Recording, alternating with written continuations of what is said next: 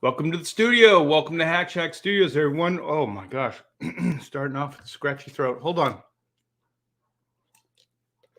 It's allergy season here in the woodlands. Yeah, hope everyone's well. Hope you guys all had a great weekend. I know my wife and I did, Pamela.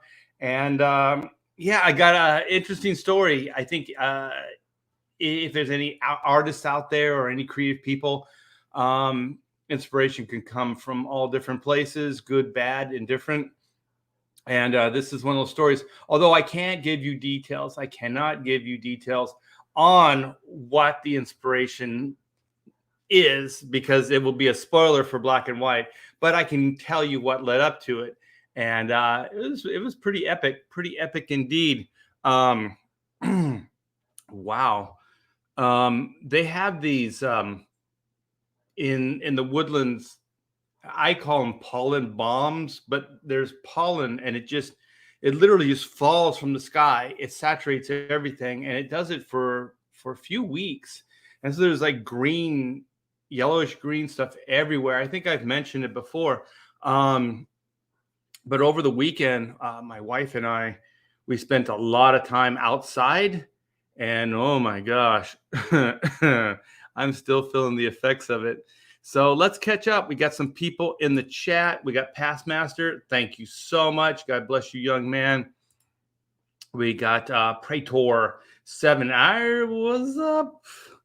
Let's see what else. We got Pedro. Good morning, Art. Good morning, everyone. Yes. Tropical Magics. Pedro Eng, drawing is his game, and Tropical Magics is his book. So yeah, you guys go check that out. Back it if you like. Gaming or what? Always trademark. Hey Art, what's up? Johnny Rando. Sounds like a Wild West name. Hi, Johnny Rando. Got a cigarette hanging from your mouth. Tight-lipped. Clint Eastwood like. Yes, indeed. Hey, Johnny. Hell, Mighty Joe Young. Sweet. It's looking like a party, man. Lord Crackhead's bringing in the crack. He's got 33 crack rocks. I don't know what crack is really. We got just some person. He's related to just some guy. Can you put on the Batman mask, please? I'll tell you right now, if I touch that Batman mask, it will crumble into just ash. That thing is, it should have been put in the dumpster months ago. It's really, really brittle. All the plastic, the rubber is all dried out. So, yeah, I could literally just crush it with my fingers. It's pretty sad. But that's the way it is. We can still enjoy it, though. From a distance, it looks okay. You can see the cracks, though. Oh, cool. Thanks, Past Master Dan, for putting the link for Tropical Magics. Yes. Book looks great. Let's see what else we got. Yeah, these are also like just Q&As, you guys, so feel free to ask me questions. I like to interact with you. And I thought we'd do, maybe an hour or so, see how it goes. And then I can get back to work after I share my inspiration story. My inspiration. It's going to be a weird story. All my stories are weird. Ooh. I think this is a new face. Tarks 9. Very cool. Oh, man, we got the Normie Nerd. Good day, Art and chat. Good day indeed. Ooh. Nicotronus. That's cool. You guys are the best, man. Good morning, chat. Good morning, Art. Yes, coffee for all my men. House of R. Ooh, sounds very, very, very royal. Very highfalutin. Hold on for a sec. Hold on. Allergies. Nah. Hello, Art. Hi, CG. Hello, CG. What's up? Ooh, another face, a new face. The Comic Relief Crusader. I finally made it. Wow. If I had one of those little cheer samplers, I could go, wow, wow, wow, wow, wow. Yes, but I don't have one of those things. Ooh, yes. The reason for the season, indeedy do. We are so close to getting those Keshi figures. All I need is some photographs. If anyone knows Eric Hutfels, put some pressure on that guy. I need some photos so I can put the tier up. And I don't have Whitney. Or I guess I could do it myself. Yes. Oh, Jeff Potts. Jeff Potts is here. Yo, yo, yo, Jeff Potts. Jeff Potts is here. All right. Well, okay. So weekend was great. I hope you all had a great and fantastic weekend. Pamela and I I didn't. Oh, wait. I see Zyrtec. I have terrible allergies as well. Zyrtec is the only thing that keeps thing that works. I might look into that. I think I tried that before. Like I've tried just about everything, and some things work better than others. So I'm kind of a Benadryl guy. So anyway, yeah, we're just kind of hanging out. I didn't come upstairs the whole weekend, so this computer I didn't turn it on the whole weekend, and it wasn't like it was planned. It just kind of happened that way. We were just having a good time. It was kind of like when we were kids, and we just did stuff. Like we just drove around. We found this fantastic little street taco place, and I had my first Mexican Coke, and ooh, it was delicious. It was really, really good. And yeah, the food was great. We ate at a couple other places that we had never eaten before. And there's a place called the Thai Cottage out here. So I took Pamela out for the Thai Cottage, and their food there is fantastic. I had a Sapporo like beer. It was like a 32 ouncer. Like they brought this big bottle out. And is there any alcohol in that at all? Like I did not even feel remotely intoxicated, or like just like slightly like sometimes you have a beer and just kind of your muscles start relaxing a little bit. I didn't feel anything, and it was a lot, but it was good. It was delicious. Yeah. I think my wife has some Flonase. I've tried that before as well. Claritin, I think I liked. Mexican Coke. It is. It's like it's I think it has real sugar in it, and it does taste different. It's better. It's kind of like Coca-Cola when I was a kid, what I remember when I was a kid. So let's see. Pedro is a beer and wine connoisseur. Sapporo beer is a light lager. Yeah, it's really good. It was delicious with the meal.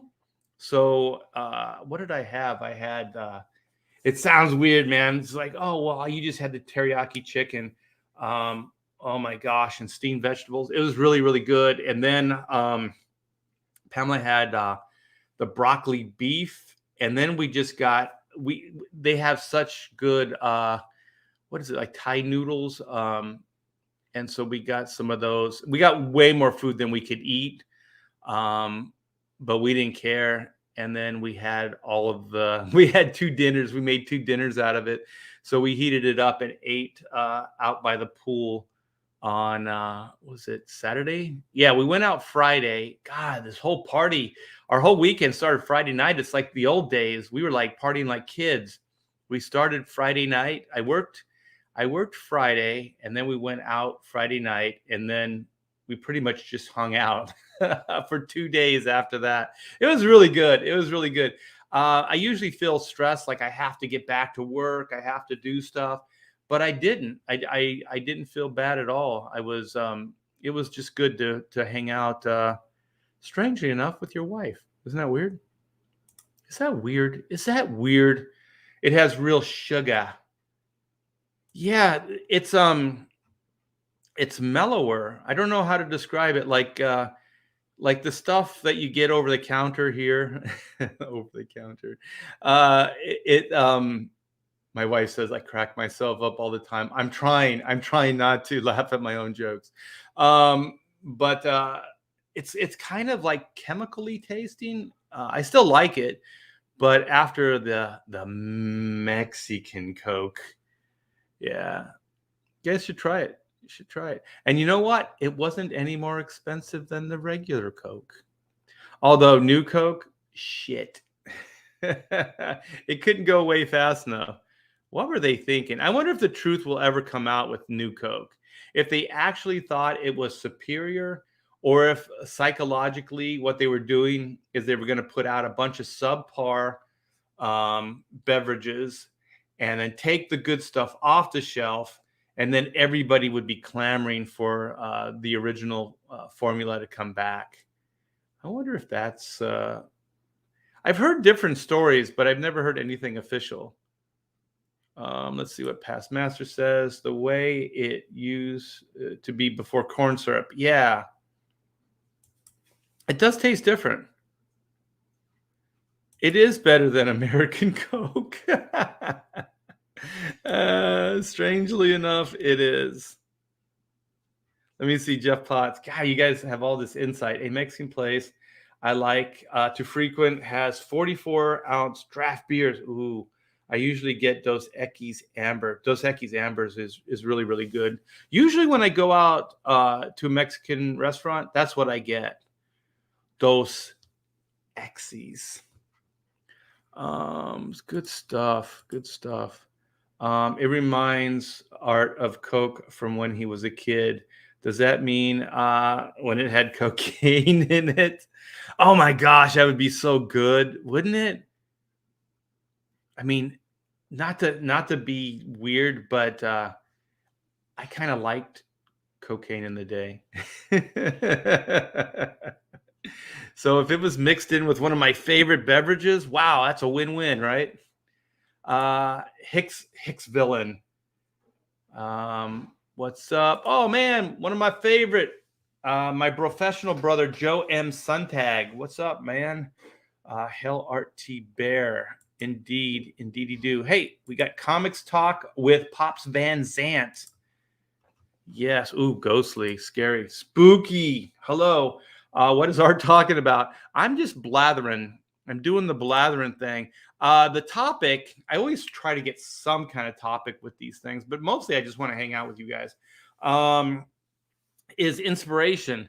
I found inspiration over the weekend. It was the best of times. It was the worst of times. Good morning, Rick says. What's up? What is this? DJ Yachtman. Okay, let's see. Oh, we're going into the beer thing. All right. My favorite industrial lager has to be Presidente from the Dominican Republic. I've never even seen that before. Maybe some of these deeper dives my wife and I are making, I'll see if they have Presidente. I'm such a white guy. I ordered something. Oh my gosh. I ordered something at that at the the street taco place. I can't even say it. It was so good though. Yeah, Pamela had like a Mexican salad. I don't know what makes a Mexican salad.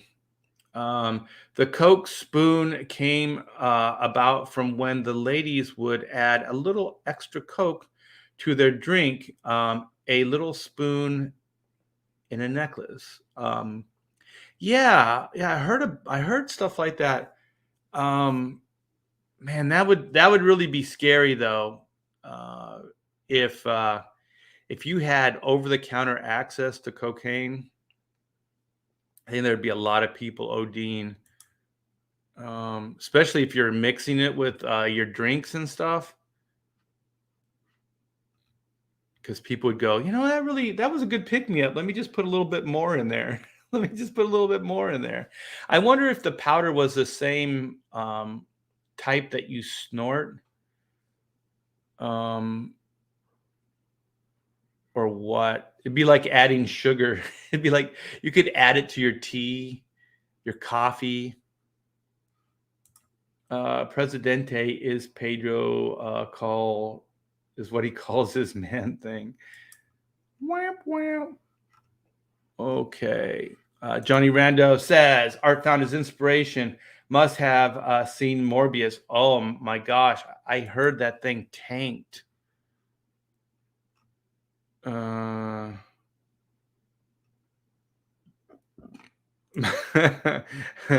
Meljorn. The Hammer. Oh, let me see this. You can get liquid cocaine from your. No, you can't. You cannot. What would you do with liquid cocaine? Just swish it around in your mouth? Because cocaine will numb on contact.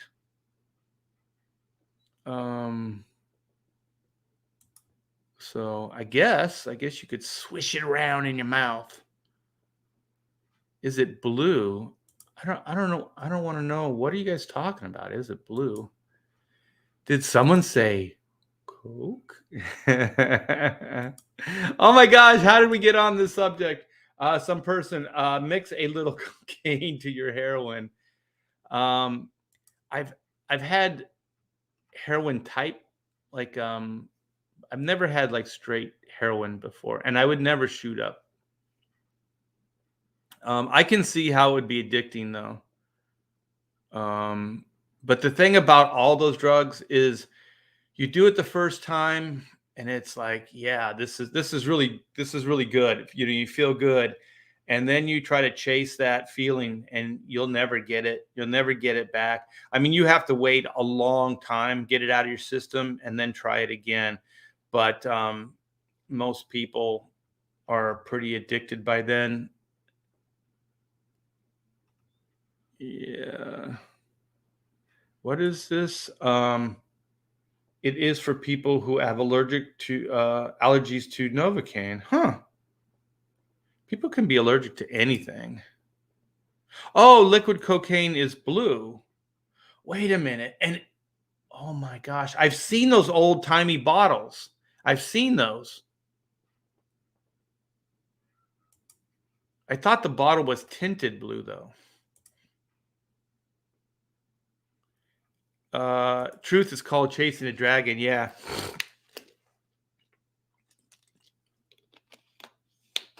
Yeah. I had a brief moment in my life.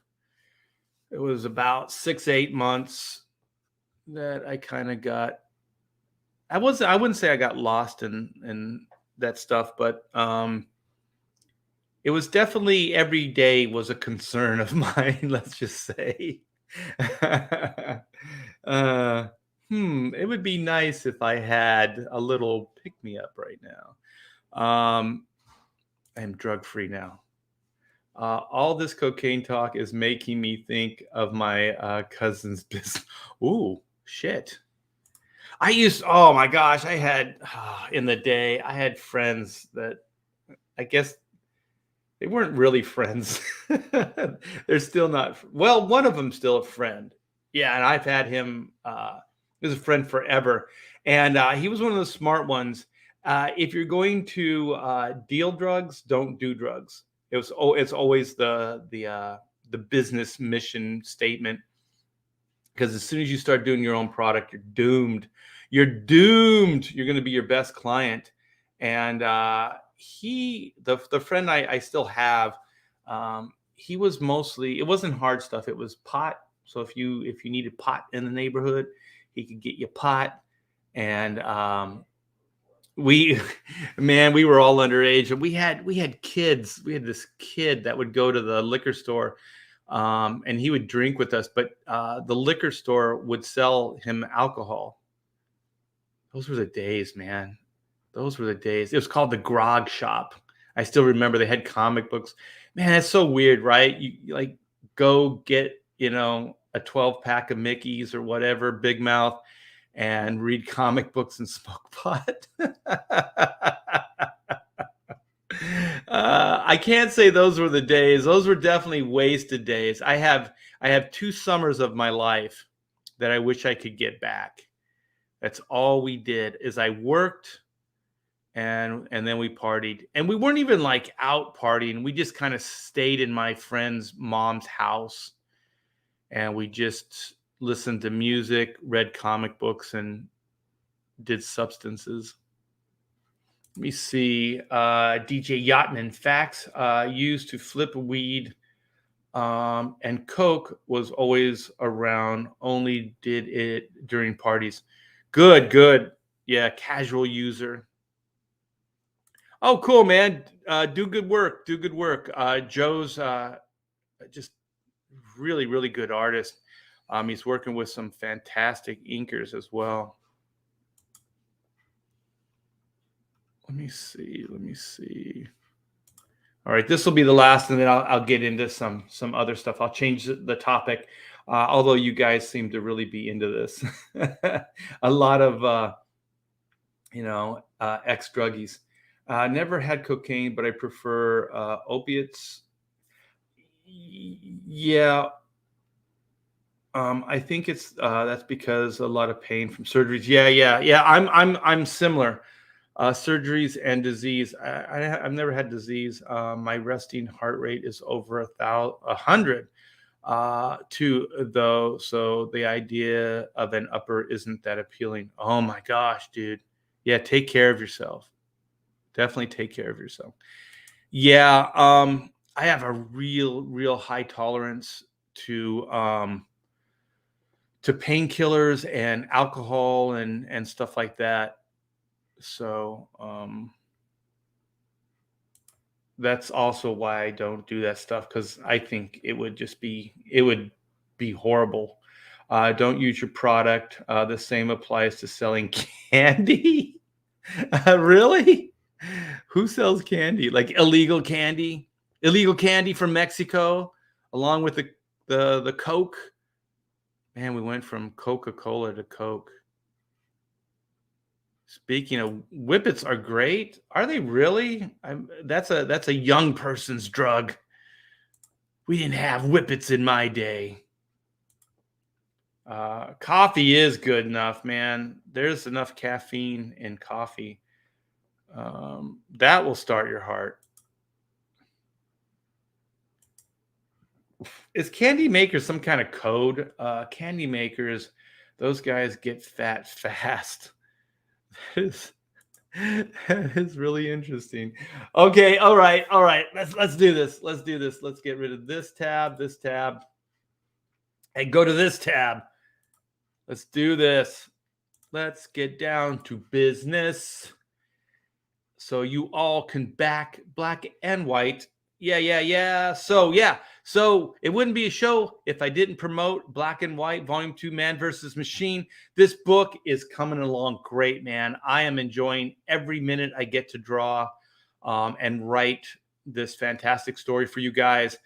In a world where law and order is often blurred to gray, justice can only be ... black and white. We are well over 100K, you guys. 103,961. We are a stone's throw away from 104,000. 1,260 backers. You guys have turned this into a fantastic, amazing success, and I thank each and every one of you for your backing, your support. Getting the word out on your tweeters and your Facebooks and all your social media, your Instagrams. I do appreciate it. So yeah, they're back and badder than ever. Here's the cover for the first cover. There are 3 covers for this book. So this is the main cover, colored by Stefani Renee, the great Stefani Renee.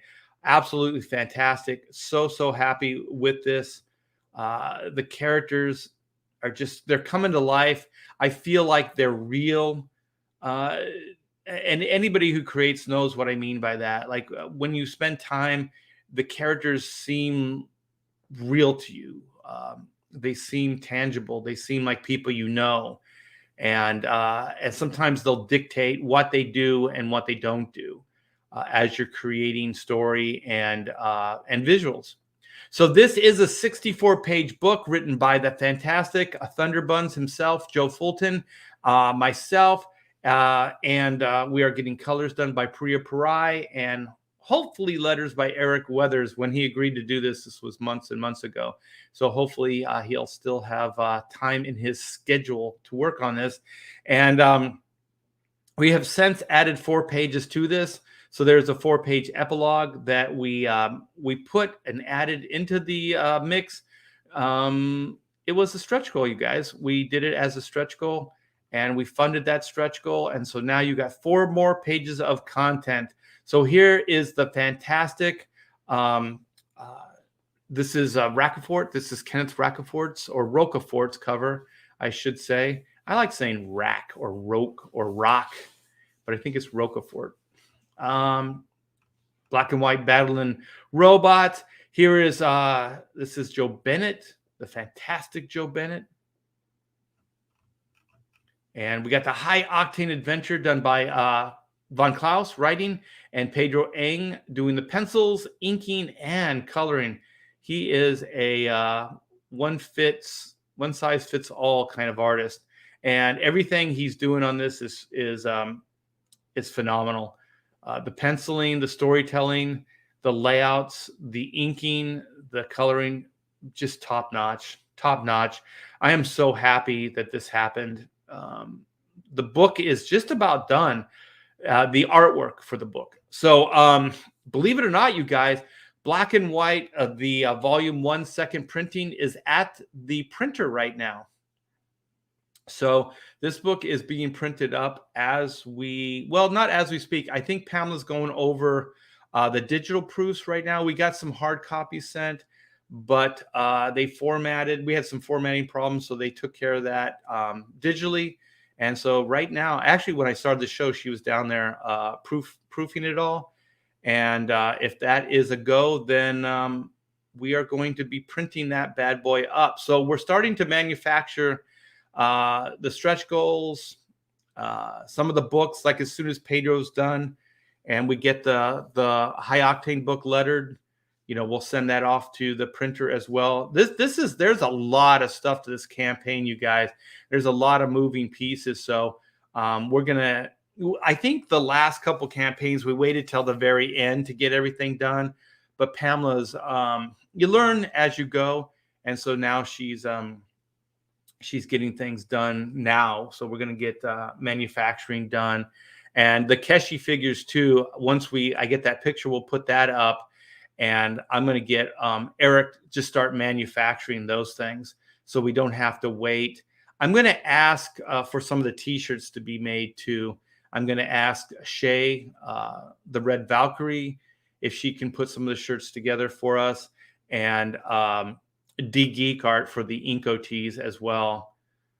Just so we don't wait till last minute. I mean, we'll have to stockpile stuff. But when we moved into this house, we made sure that we had enough garage space for the main storage. And I have a room up here. The rooms in this house are big, all the bedrooms and stuff. So we have a room for fulfillment. So all the supplies are in that room. And a lot of the books and stretch goals and stuff are all in there. Wow, congested. And so, yeah, this is the only artwork right now that is offered for this campaign. I do post every once in a while 11 by 17s of finished pages, but these are always there for you guys. So these are the layout pages, and they're all penciled and inked in various forms of completion. And you can get them in their own tier or as an add-on. And all the books are as add-ons except for the Greg Capullo variant. You can only get that in the black and white grab tier. And so here's all the stretch goals, you guys. So come by, check out the stretch goals. We just unlocked the 100K stretch goal, which is going to be killer. It's going to be the enamel pin of the black and white gun sight logo. And that's actually at the manufacturers now too. So that is being made for you guys. So I'll be able to show these off on live streams once we get them. And I can show you guys. Oh, we got to pull this be a character down. I got to pull that down. So yeah, there's all kinds of cool stuff, you guys. The black and white wraparound T-shirts are fantastic looking. Shay, the Red Valkyrie, did a fantastic job on the design work on this. It's got Whitney on the front, and then wrapped around the side is black on the back, and then on the one sleeve on the Whitney side is the black and white logo, and then over the pocket is the yin yang gun sight, and then on the other side, pocket sleeve, or not pocket but sleeve, I should say, is the Hack Shack Studios logo. So that thing, this thing is action packed, man. They're going to be a little bit more expensive to manufacture, but they're going to look fantastic. And so here is the wraparound as well.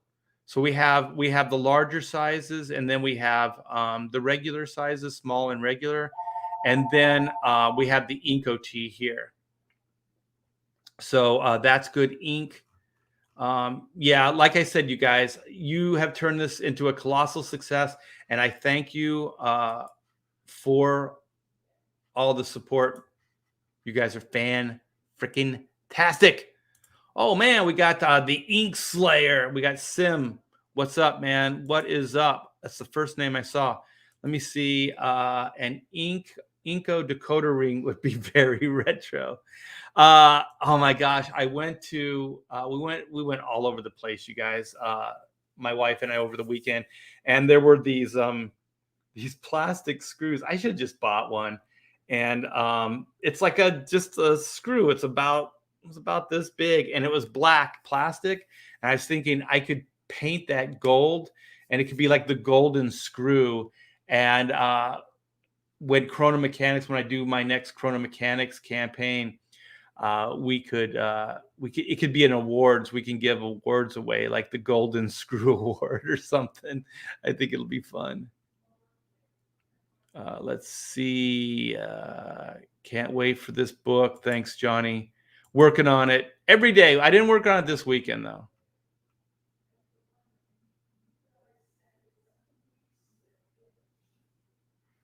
Waste of money. Yeah. I didn't think so.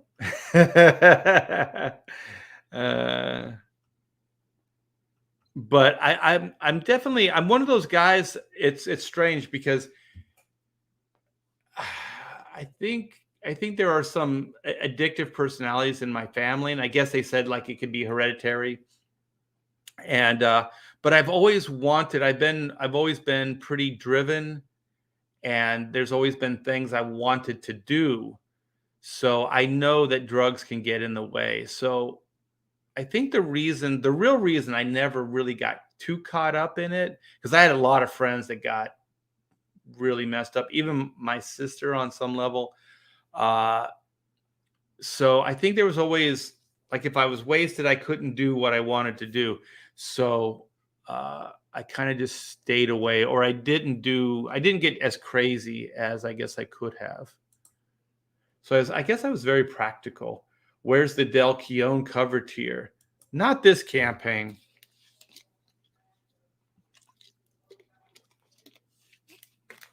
I should never say never, though. The Shadow Man. Indeed. Roquefort or Rockefort. We got Joe Bernardo.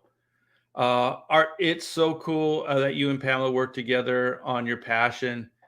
Yeah, I was thinking the other day, like, how much I really rely on her. And the story, oh, cool. Awesome. Yeah, Shay is one of the good guys for sure. So go subscribe to her channel. Yeah, like how much I depend on her. not just for like the the fulfillment aspects of it, but even she's just a great creative sounding board. I was thinking about this. This will lead into my story, but how I can say things and she just understands them like instinctively. So I mean sometimes there's confusion, but that's good because then it forces you to explain. Like when you're talking about concepts and story ideas, it forces you to explain it. And then sometimes when you have to really scrutinize it and say it correctly, you realize it doesn't hold up. So those are always good things too. But for the most part, she kind of like all of our, I guess our tastes in entertainment are similar. So there's never really a tonal problem. So one thing about working with different writers and stuff is they have a different, sometimes they'll have a different they have different takes, they have different tones to things that they like. So they might be a little bit more dark, or they might be a little bit more serious or dramatic, or more fun or funny. So Pamela and I are very, we just like kind of like silly humor. Sophisticated stuff is good too, but like I don't know, maybe even like slapstick. Like I've never really been around a woman that likes slapstick stuff, like Three Stooges and stuff, but Pamela does. So and she doesn't have a problem with violence. Like she'll watch action adventure movies and stuff like that. Yeah, she digs all that stuff. Yeah, we did. You know what? I have a prototype. I have a prototype hat made, and then Elizabeth D. Geekart put these together. So we do have the prototype for the Inco shirts, and they look really cool. And then they have the Hack Shack. This says publishing, but it's going to say studio. I think studio sounds cooler. An Inco decoder ring for sure. Let me see. Some person says this Saturday will be great on her channel. The auction. Yeah, I think Amanda, my daughter, was on one of Shay's auctions. Let's see. We need black and white as well as Inco visors made. What are visors? Are those like those things that just like your head's? It's not like a full hat. It's just kind of like a like a baseball cap with just the one part hanging out. What do they call that? Little bill, I guess. The hat bill. I don't know what a visor is. I think that's a visor. Yeah. Okay. So business taken care of. Small talk. I think we're all settled in now for the story. All right. So I mentioned the pollen bomb. Okay. So last year we were, we were here. We've been here a year already. So the pollen bomb was just weird last year. So I remember going out one morning and I needed to, like skim the pool or whatever it was, and there was like this yellow greenish stuff all over the top of it, and I was like, what the hell is this? And then when I was sweeping, I was noticed like there was this greenish yellow dust, like a light green yellow dust. And so I'm sweeping it up and I'm like, what is this stuff? And so a couple days, and then we have some we have friends now. This is cool, man.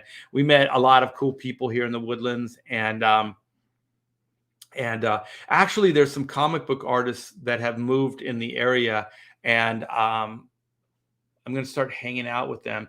And if they want, I'll bring them onto the show and stuff. But I don't want to say names right now. But there's some really cool artists that I've known for decades now that have moved close to me and have reached out, wanting to hang out and things like that. So if that all comes about, I'll be hanging out here and talking and having a good time.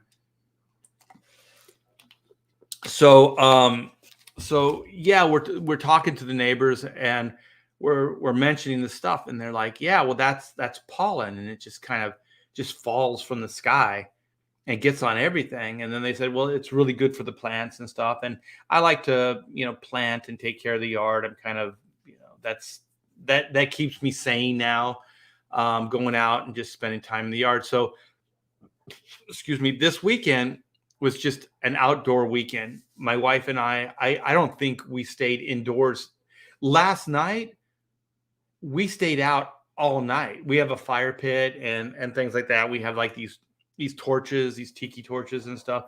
And we were just out watching the dog just go after the bugs and frogs and stuff, and just having drinks and just hanging out, and went right from outside to bed. So yeah, I mean, I don't think we ate.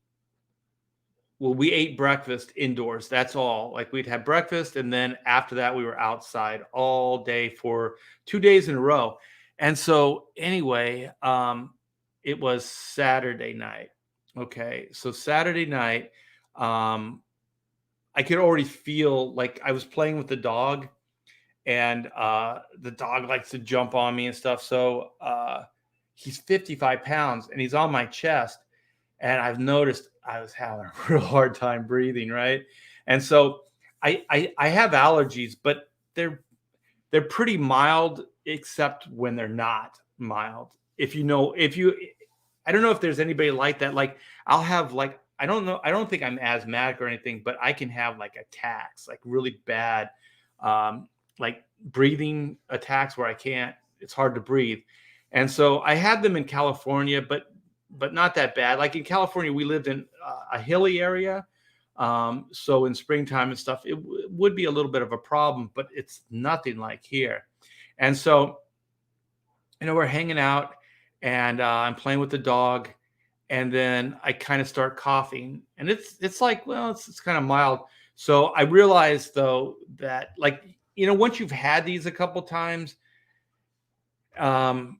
you kind of don't want it to happen. So you take, like, methods, like you go and like, I'll take a shot of like Benadryl or something like that. And also, like, I have like skin allergies, so not to get too graphic, like, I'll just like break out in hives. So the Benadryl really, really works. So I took a decongestant in the morning, and then I took a shot of Benadryl at night, right after the dog. And it was probably, 7 o'clock or something like that. And so then go to bed, and it's just a normal night. And so I kind of fall asleep and then wake up, and I can't breathe. I can't breathe at all. And so I've been to the doctor. I have this inhaler, and so it's a steroid inhaler. And so when I take a hit off this thing, it usually does the trick, right? But it didn't. So it's just getting worse. And so then the inspiration stuff will come. Trust me, the inspirational part will come. And so then you got to kind of settle down. And so then I took another hit. And so then, Pamela's now awake, and she's really concerned. And so what else helps, if anybody has these, is like tea and honey. Like, honey is kind of a natural, especially if it's localized honey. For some reason, it helps you with allergies. And so, I'm drinking this. And so she's kind of like, just breathe. And she's trying to settle me down. And because that's what you have to do. Like, if you freak out, or if you get nervous or excited or whatever, it's done. You're in the hospital, right? You're in the ER. And so I was able to stay calm. And so then we start kidding. She's like, this is like that scene in M. Night's Signs, where Mel Gibson's got the kid, and he can't get the EpiPen or whatever. And so he's just trying, like, he's got him in his arms. He's like, breathe. And so Pamela makes a joke. It's like, just breathe, like that scene in Signs. And so that got us going. into the creative talk. And so as this was going, we just started talking about movies. And so, like I said, we're really like-minded with our tastes, entertainment tastes. And so, what came up? So we were talking about Signs, and we were saying that like they're like the genius in Signs is just that um, that M. Night was able to capture like these moments, these very human moments, and how it wasn't funny, but how in just human moments, there's comedic aspects to it.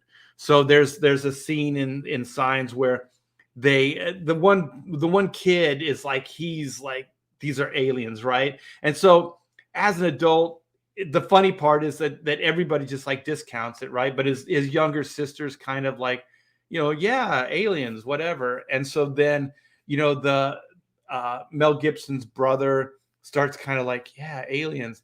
And so then slowly they start getting into this baby monitor thing, right? He finds these baby monitors, and so I guess they're convinced he read this alien book, and there's like these frequencies, and that aliens sometimes will like talk to each other, their ships and stuff, with these signals, and so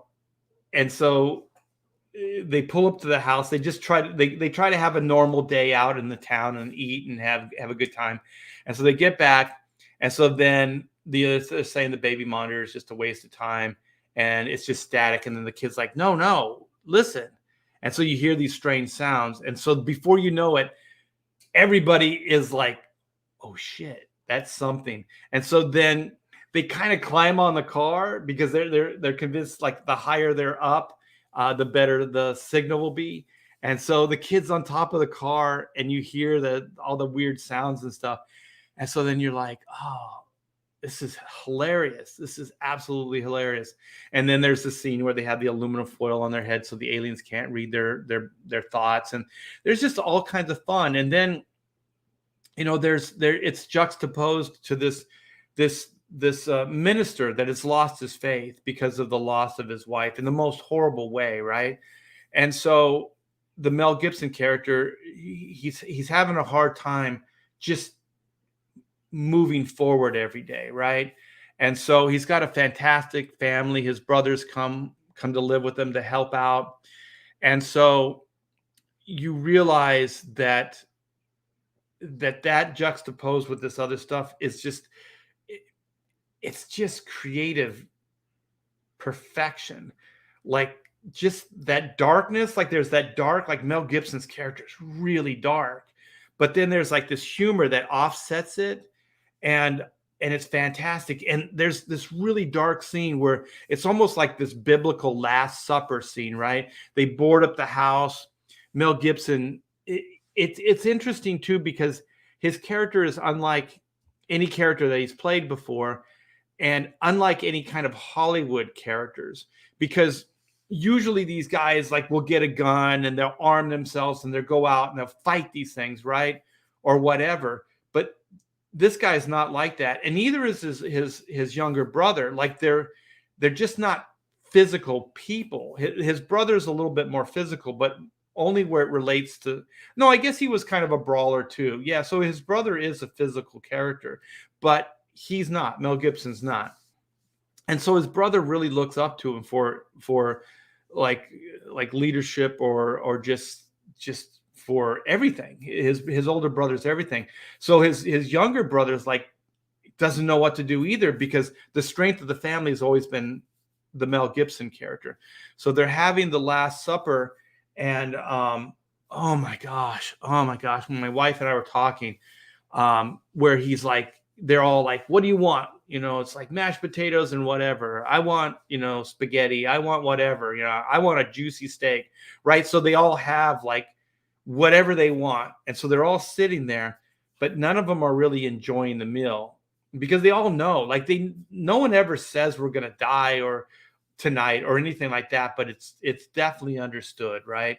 They know what these things can do, stuff like that. So the one kid, Mel Gibson's character says, eat. That's what you wanted. He goes, I'm not hungry. And he's like, he yells at the kid. And so then the brother says, don't berate him, whatever. And so the tension just rises right to the top. And so then Mel Gibson's like, well, if you're not going to eat it, I'll eat it. And he just goes over and he just starts shoveling food from all the oh my God. He just starts shoveling it in his mouth, and all the kids are crying. And even his brother is breaking down because they've always relied on that guy's strength. And here he's just breaking down. He's just breaking down. And oh my gosh, just such a real scene. So this is stuff like this. Pam and I had these great conversations about stuff like not just movies, but like ideas behind the movies, like why they work, like emotionally why they work, like Die Hard. We've like the reason, Mel Gibson and like Die Hard, I can't remember the actor's name, but the reason these things work is because those actors are able to bring vulnerability to the roles. Like they're not just like Van Damme, which is just like a superficial action guy. These guys can emote. Like there's other things going on. And so, anyways, we're talking about this stuff. And so, she still kind of got me, and she's like, it's gonna be okay. It's okay. I can get some hot cloths for your chest. It'll help your breathing, all that stuff. So we're just trying to keep me out of the hospital. And so, so then it comes to me, and there's a page I've been working on, black and white page, right? And so the page, Bruce Willis, thank you, Bruce Willis. I hope he's going to be okay. I heard he's got an illness. So like those actors can really, they can emote, and they can bring a deeper aspect to the action part of it. And even though like most guys are like, they're just like the action adventure, but they don't understand, they don't look any deeper into it. But since, that's kind of what I do for a living, I do look deeper into why some of these things work on levels that other things don't work. And so there's this scene, and I can't tell you the whole thing because it's a major spoiler alert for black and white moving forward, but it's the emotional hook of the story. It's the emotional hook of the story. And so I'm looking at the layout right now. It's right here. And Whitney Sung is just if you read the first issue, so it's not a big spoiler. Anybody that hasn't, I'm just going to try to keep it superficial. She's a pretty selfish character. And so in issue 1, all she wants is vengeance. She's incapable of seeing anything that's kind of in front of her, anything that good that's happening. And the good that's happening is that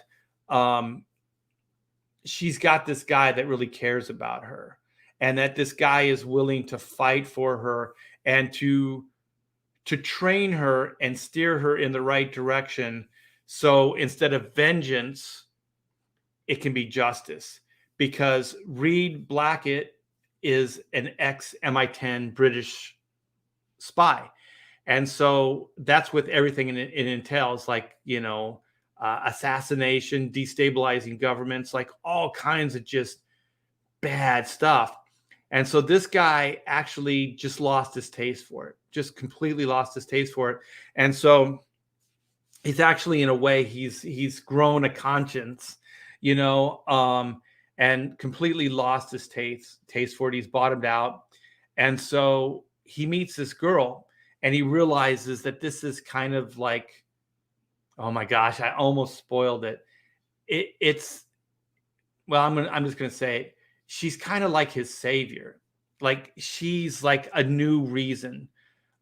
It's a new purpose in life. And so, but she doesn't see it because she's lost all reason.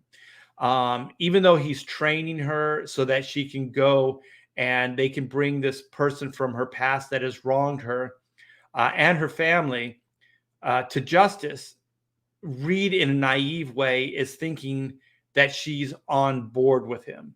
He thinks that when she says that she will do it his way and that it will be justice, not vengeance, that she's just stringing him along. She's just stringing him along to the point where they can actually, she can get in front of the bad guy and take him down in the worst of ways. And so then, I'm working on this page, or this, it's a sequence actually. And so then I'm like, exactly. Yeah. It will pass. It was crazy. It was so crazy, you guys. It was scary. And so, I'm thinking like, Reed in this moment in book 2, he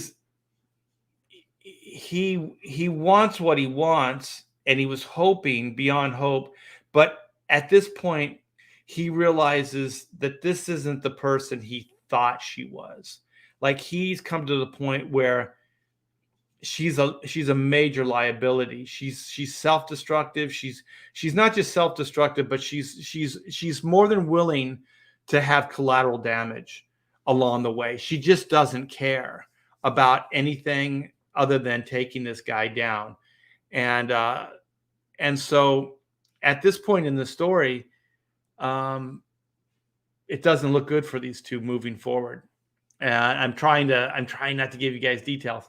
So I didn't really have, like, I kind of had just moving forward with the scene, and I'm talking to Pamela about this. So this is kind of like what's coming out, but it's coming out very, very, like, under my breath. And then she's throwing 2 cents, and then she's like, like all these other, like, these movies that we really like. So we're bringing up like all kinds of just different beats from these different movies, and how this one little beat here set this thing up for later, and I think like the biggest template I have is one of my favorite, and Pamela's favorite movies too, is Grosse Point Blank with John Cusack and Minnie Driver. And if you guys haven't seen that movie, it's fantastic. The fight scenes are really good, and he's not a spy, but he's a full out like assassin. So he's like an assassin for hire. And so he's kind of bottoming out, like he's kind of getting a conscience. So it's kind of like what happened to Reed prior to the story. You don't see it happening in the story proper, but there's mention. And just teaser, the next story arc is going to give you that story of Reed and what happened and how he got to that point in issue 1 of this storyline that I'm working on right now. And so you'll see how things led up to this moment. And so the way I look at it is volume 1 and 2 are Whitney's origin. And so the next volume will be Reed Blackett's origin. And so we'll give you backstory on that. But we're also going to move the team forward, because I don't want to, like, I always think it's weird, like at the end of a story, all of a sudden, Spider-Man, like Peter Parker's Spider-Man, after this one adventure, he's going to go out and everything's going to be like, he's got this whole thing planned out. The rest of his life, he's going to be Spider-Man. He's going to fight crime. I always think like, oh, in the story, it's inspiration to do the one thing, right? So to get the guy that killed Uncle Ben, right?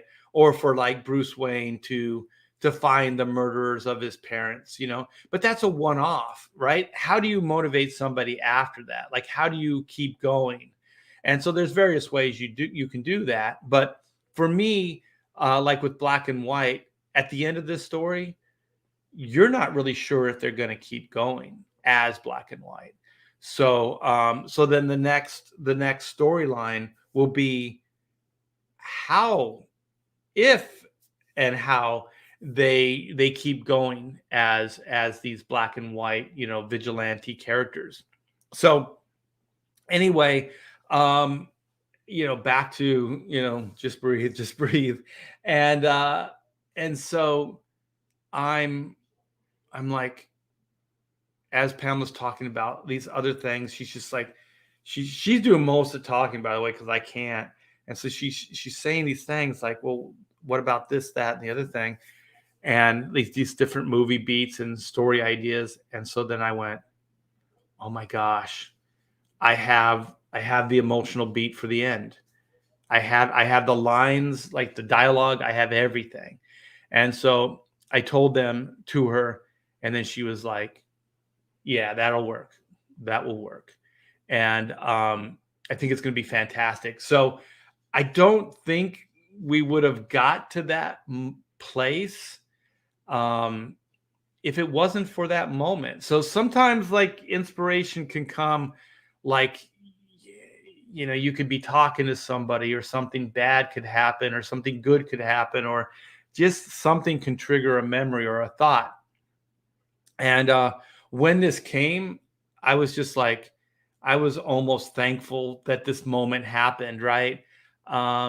Because it got Pamela and I to this place where we could iron this stuff out. And I can't wait to bring this to Joe Thunderbuns, to Mr. Fulton, and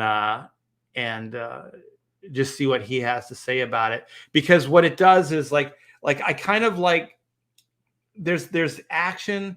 So you have your beginning, middle, and end of your action, right? So then you have your plot, and then you have your beginning, middle, end of your plot.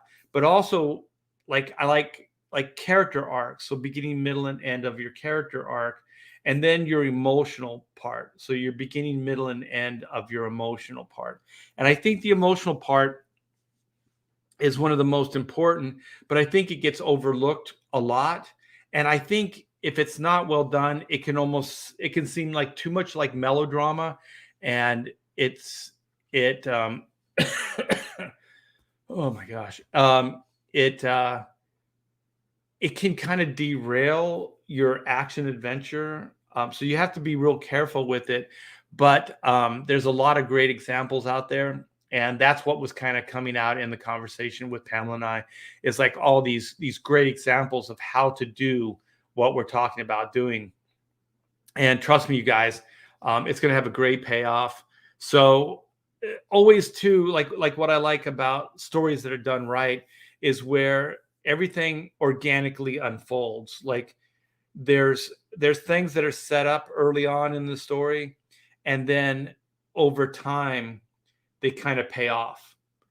So there's like little seeds, and they don't feel like anything, and that's how it should be. It doesn't feel like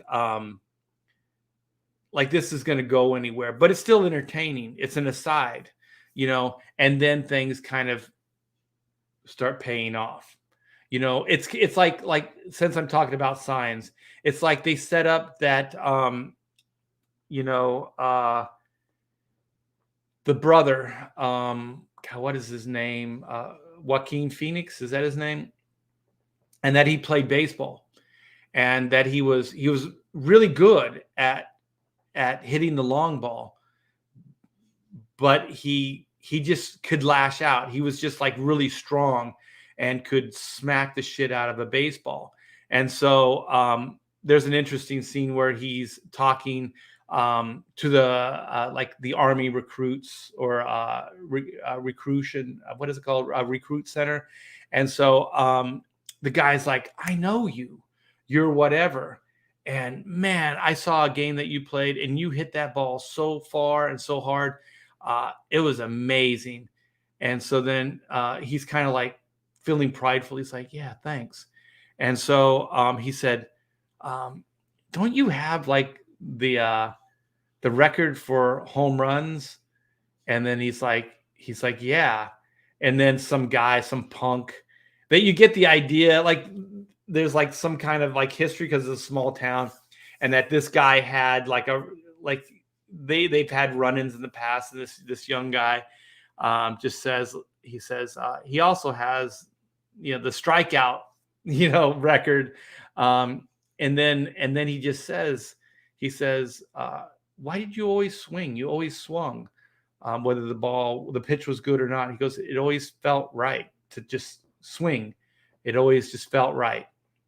So that's setup, right? But it's entertaining, and you don't really know where it's going. And then the wife, when she's passing along, she says to Mel Gibson's character, I guess his name was Merle or something like that, swing away.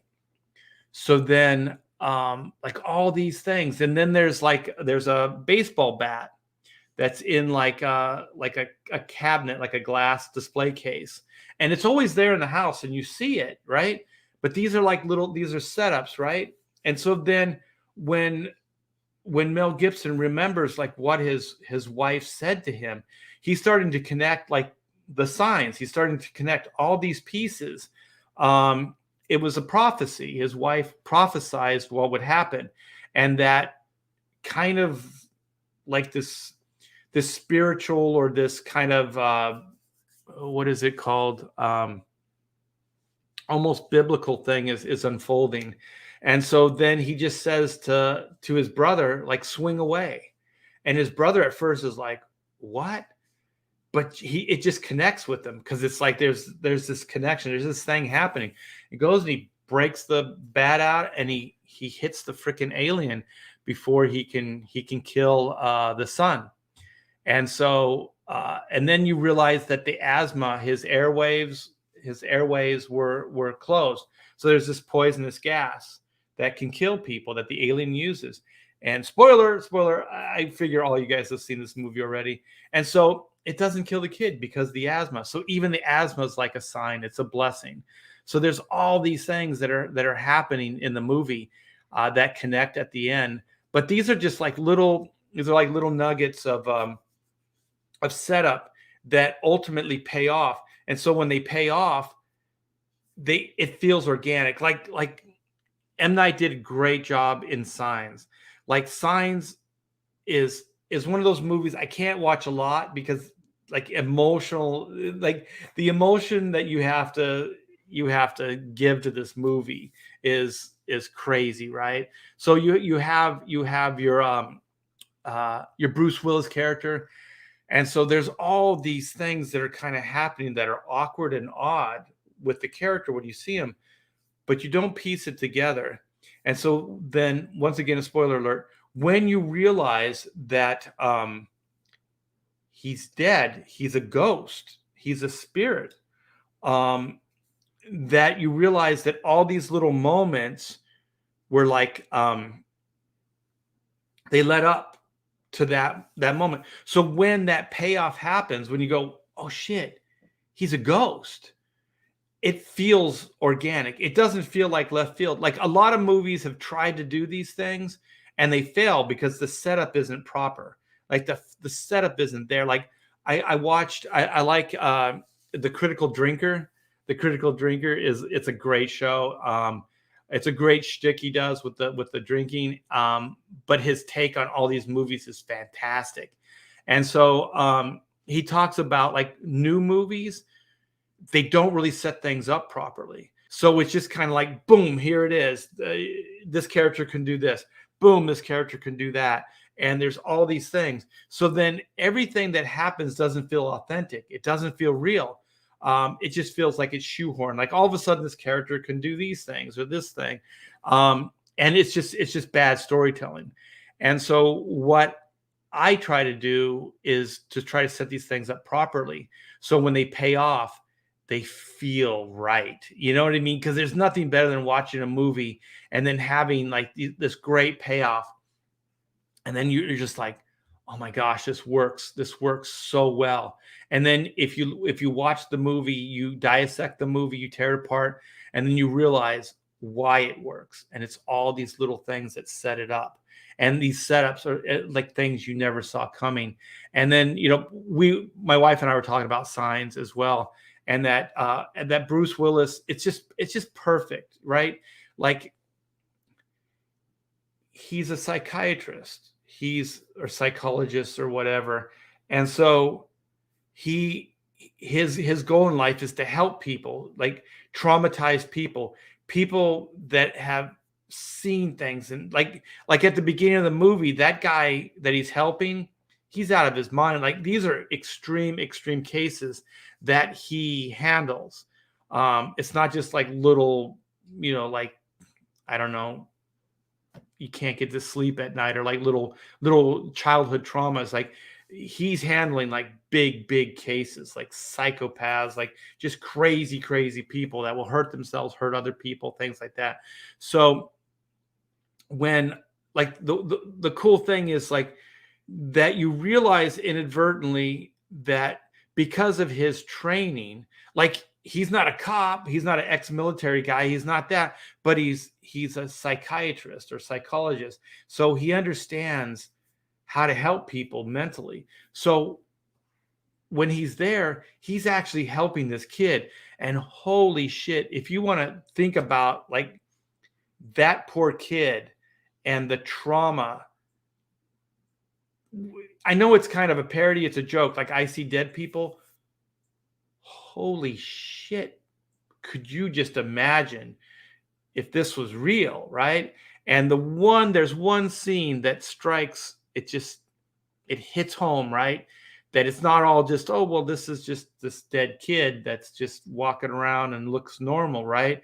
When that one kid gets up and turns, and then half of his head's gone, and then you realize this kid's seen like things, like what a strong kid, like that could deal with this. And then, Pamela and I are talking about, well, where do you think those ideas came from?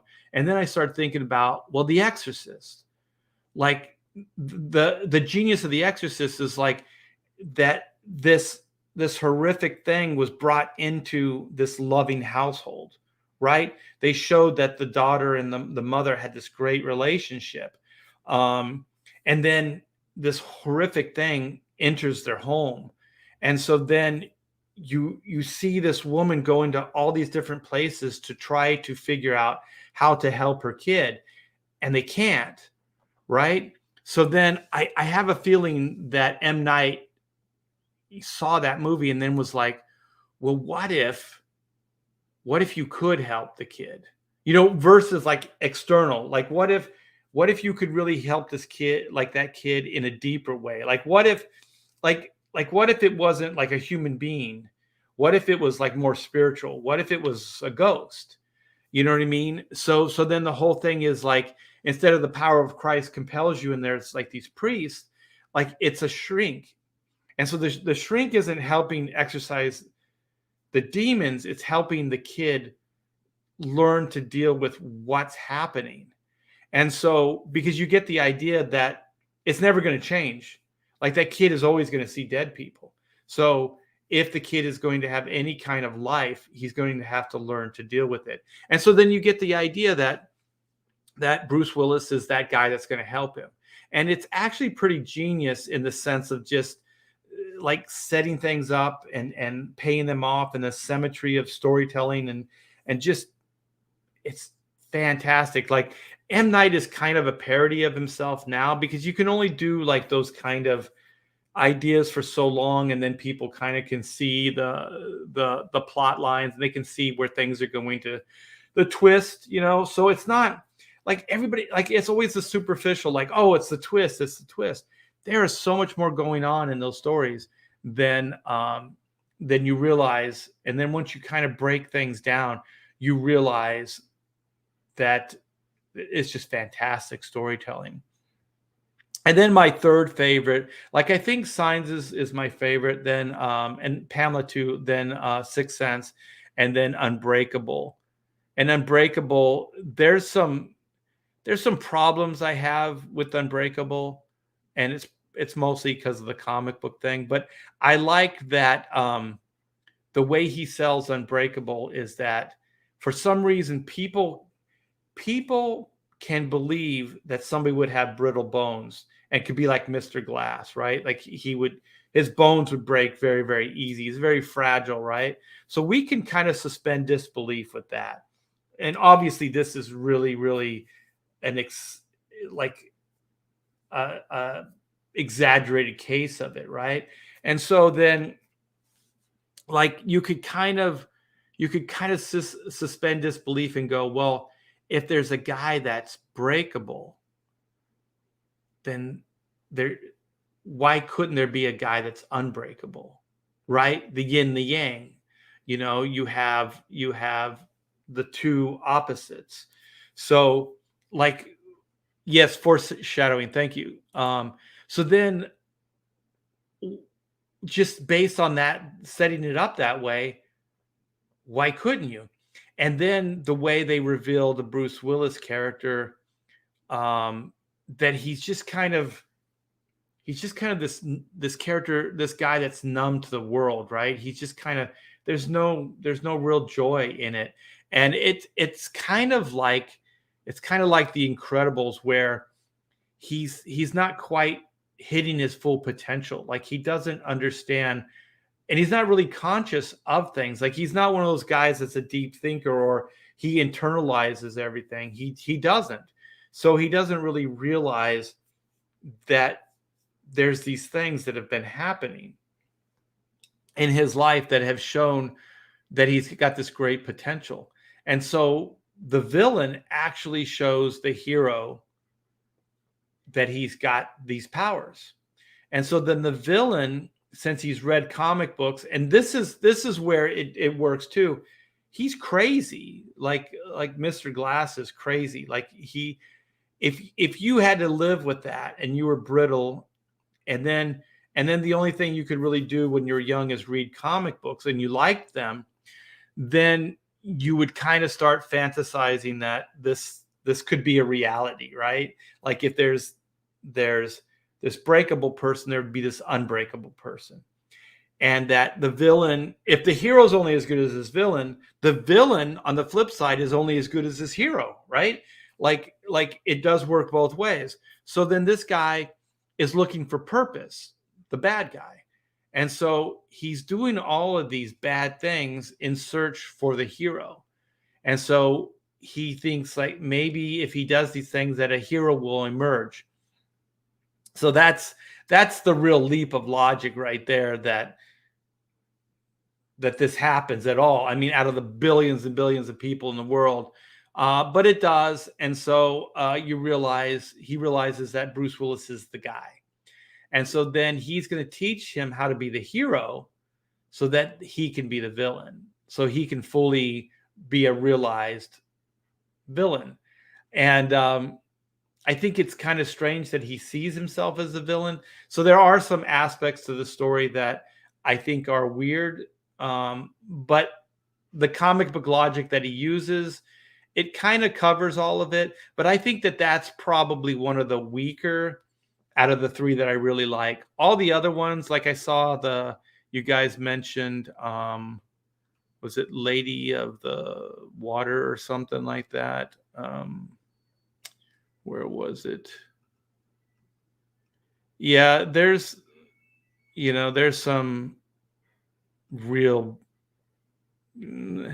He was searching for stuff. I think he did Last Airbender too.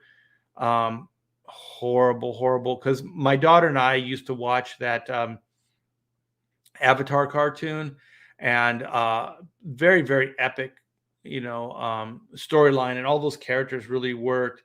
And the M. Night did not do a good directorial job with that. Oh, what's that thing called? Yeah, the Bible.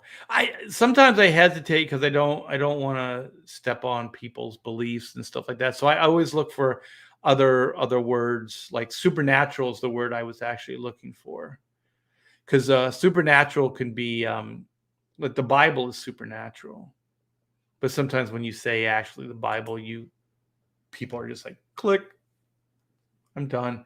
Love the signs. Love the signs that they set up that worked in the movie called Signs. It was cool. Yeah, there's all kinds of like metaphorically speaking things. There's actual physical signs. There's visual signs. There's all kinds of stuff, like all through that movie.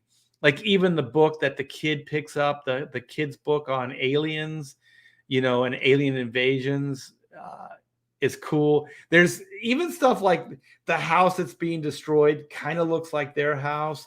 And I thought that the kind of subtle, not so subtle painting schemes of the house, like the house was red, white, and blue, believe it or not. So the house is very Americana. So they really tried to, anchor this into like an American kind of Midwest, uh, you know, um, kind of middle America, I guess is the word. Let me see. You just have to pay attention to the red stuff always being around before he sees ghosts and realize the door handle to Bruce's study is red. Yeah, I mean, there's stuff. The one that really has impact on me is when he's eating with his wife and she's not talking to him. And that's the one where I was really like, there's something else going on. And then, of course, the payoff with the doorknob and all that stuff is pretty crazy. Here it is. I think one of the few people that I think I'm one of the few people that likes Lady in the Water. I wouldn't say it was bad, but I don't think it was as successful because I think what he was trying to get into like folklore and fairy tales and fables. I think that's what I only saw it the one time.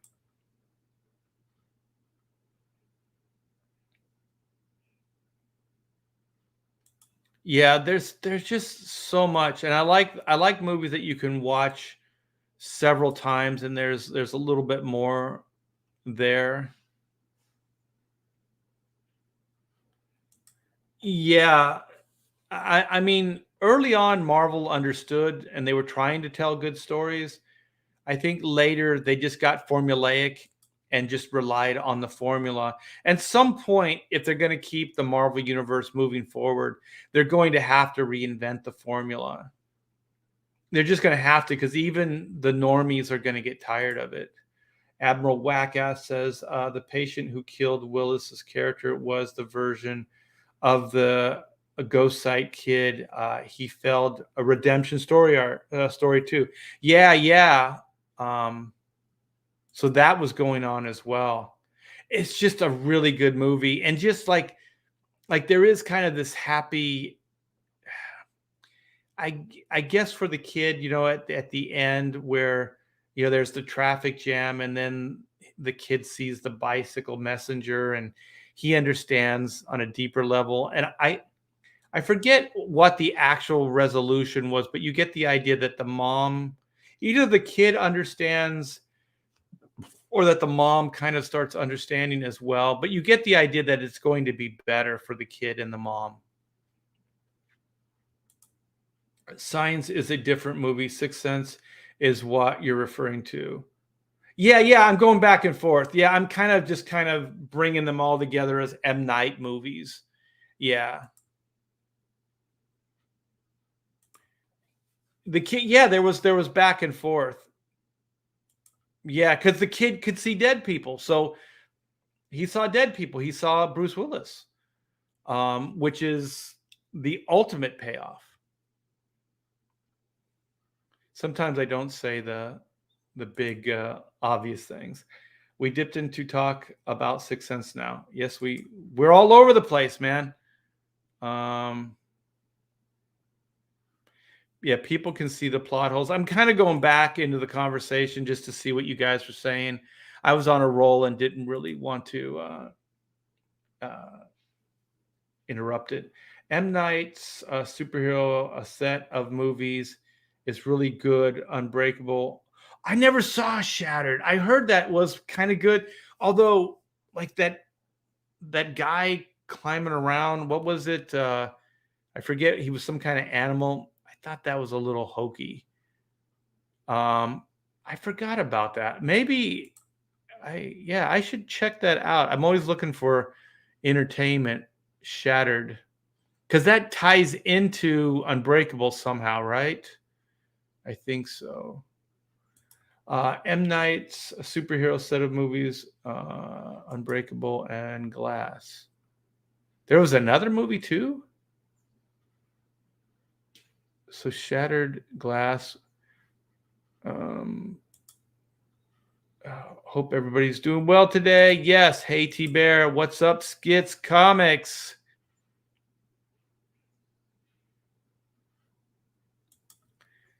Yeah, but I think he was also like, it was his full potential too. Like, I think he was looking, Mr. Glass was looking for like just meaning, his existence.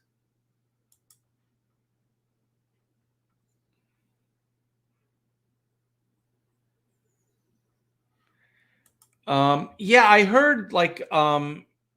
Night talk about it. He said it's really kind of the first act of a superhero story.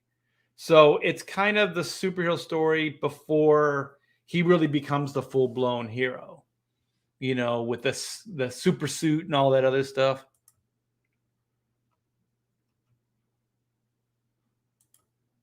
I liked all the M. Night movies. None of them are amazing, but fun popcorn movies.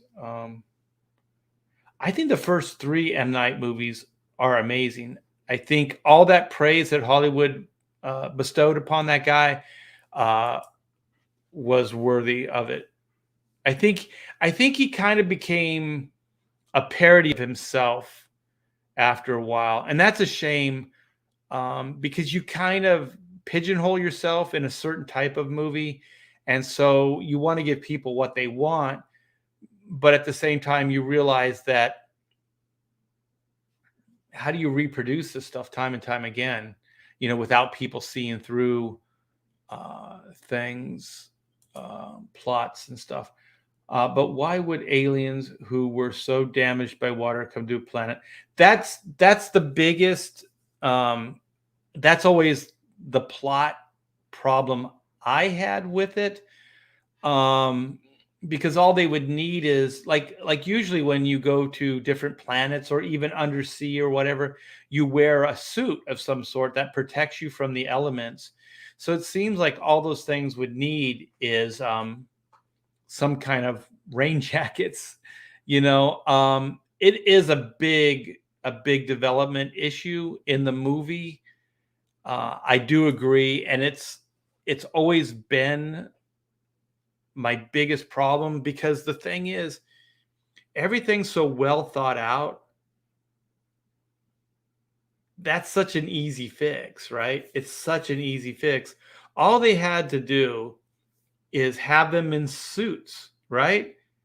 If you wanted to make the water thing, stay with that as an idea, right? I still don't know why they would go to a planet that's mostly water to try to inhabit, but let's just say they have their reasons, right? So they come there, but they have these suits. They have these, life support suits. And so then, when Meryl's beating this thing, he breaks the helmet, cracks the helmet, and then the water gets into the suit. I mean, there's a billion ways that you can get past that problem. And all of them are easy fixes. Like, they wouldn't take that much time at all. So it wouldn't even derail the story. You wouldn't even have to do a full scene that explains how it works. Like, what you could do is just, when that guy cuts the thing, well, when that guy locks it up into, the pantry, when what is his name? What is his name? Mel Gibson's character cuts the finger off of it, and that's like the personal. Like, it becomes personal at that point. That alien is the same alien that comes to the house, so you get the reason why that alien didn't go off is because it was personal. So I liked that aspect. But if something like had spilled and he got to see it hit, like when he cut the finger, he got to see it hit the finger, or something happened with water, then you could start teasing it that way. Although I don't even think you have to go that far. Just keep the one where when he's driving off, he says, the guy that owned the house, it's M. Night. He's actually the guy who says it. When he's driving off in his truck, he says, water. I don't think they like water. So he's going to his lake house. So, yeah, it just wasn't, it's such a weird thing that, why would you? Yeah, but that's what stops it from being a absolutely perfect movie for me.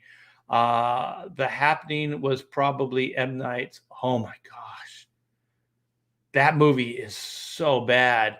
When that, it's almost comical when the guy's mowing the lawn and then he sets it on drive or whatever the mower would drive itself. I don't think lawnmowers do that, but he lays down in front of the lawnmower. It's like, oh my gosh, it's so stupid. Yeah, it's the spores. The spores are making people homicidal. Like Sixth Sense and Signs was all right. Haven't seen another full M. Night. Um, Unbreakable's pretty good. I think Unbreakable holds up as a movie holds up better. Signs only has that one aspect to me. That's it.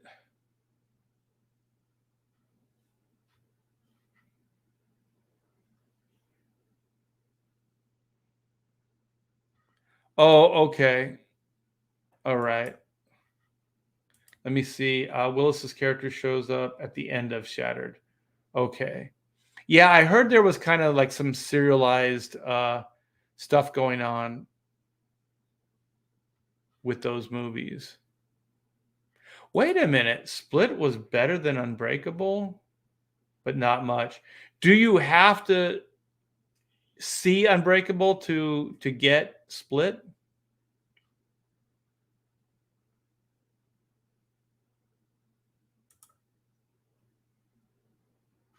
Yeah, Jordan Peele. What was the movie he made?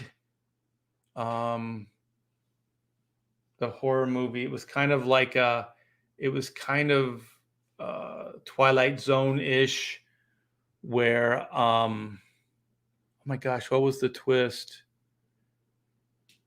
Where these guys were getting lobotomized or something. Um, oh my gosh, what the hell was that called? It was like one word.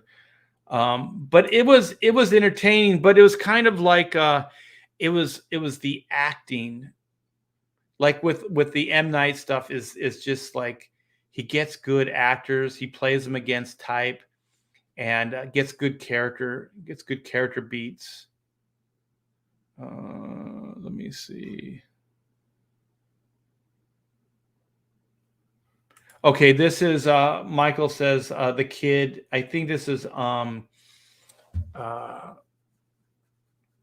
my gosh, my brain's frying. In the Bruce Willis movie. The kid at the end seems to embrace his situation in a good way. He's brave and special, subtle and uplifting. He had a positive growth arc, a fine layered story. Yes.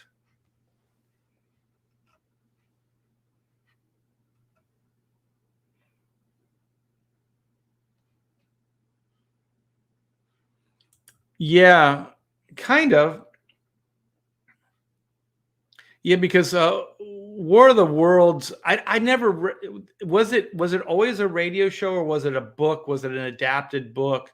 I don't know which came first, but was it a virus like that the aliens came and that there was just a virus that they caught?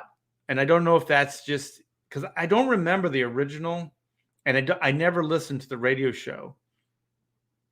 But in the Tom Cruise version, it was kind of like the common cold or something like that.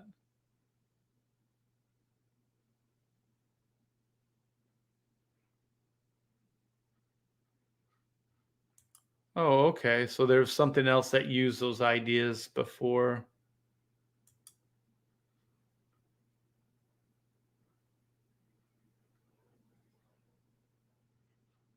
Oh yeah, yeah.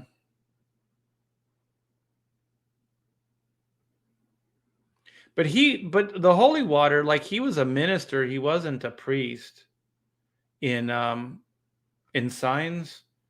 So I guess it was kind of holy water. Uh, when you just can't beat them to death with the bats, I think that's the way to go. I'm already late. We'll catch up, man. Oh, it's called Get Out. Yeah, Get Out. Was super overhyped. Um, I only saw the movie once. There was a major flaw in the movie, and I can't remember what it was. Um, but it was kind of neat the way everything unfolded. I thought the acting was really good. The kids recruit people. It's weird. Well, thank you. I'm going to wrap it up, man. I'm going to wrap it up too. Let's see. H.G. Wells wrote the book. Okay. It was in the human bloodstream when the aliens ate the humans. Oh, cool. I think that's a great idea. Also, just the common cold is a pretty cool idea. Um, but the thing is, like in all these movies, like what's stopping them from a second attempt? Like in Signs, they said that they were just like aliens coming down to see, check everything out and see, assess, what the situation was, and then report back for a full-on invasion. So Signs wasn't even a full-on invasion. I always thought that there should be a follow-up to Signs, because the thing is, once you figure out that the water thing, then you just wear suits, right? You get some kind of armor and some kind of protective suits, and then if you still want the planet, it's just easy for the taking. I think it would be kind of epic, though.